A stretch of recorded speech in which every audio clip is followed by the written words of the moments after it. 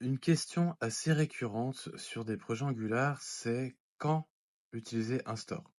Moi, je suis partisan de pas utiliser un truc par principe. Je vois pas bien l'intérêt. Je vois des projets où il y a des stores à tire-larigot et je suis désolé, hein, mais du coup, ça rajoute de la complexité sur des choses où ça devrait pas.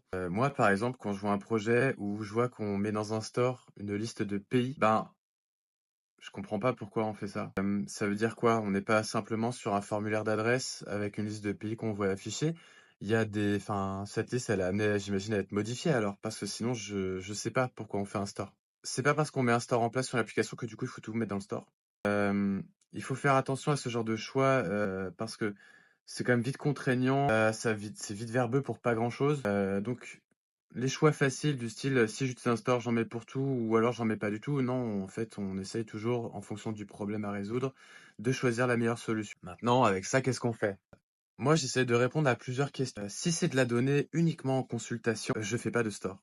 J'utilise un simple service classique, standard. Si besoin, on peut utiliser un share replay pour éviter de multiplier les appels ou un cache, enfin un système de cache local en fait pour limiter le nombre d'appels.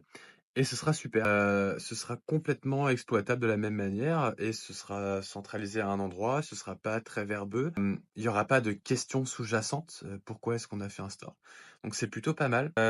La question suivante, c'est j'ai des données en consultation et en modification. À combien d'endroits elles sont utilisées, ces données? Si on est sur un seul composant, pareil, je vais pas faire de store.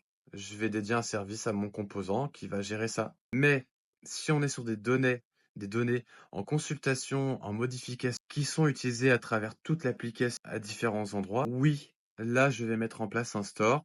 Je pense que ça me permettra de simplifier mon code, ça va centraliser toute la logique, ce sera pertinent.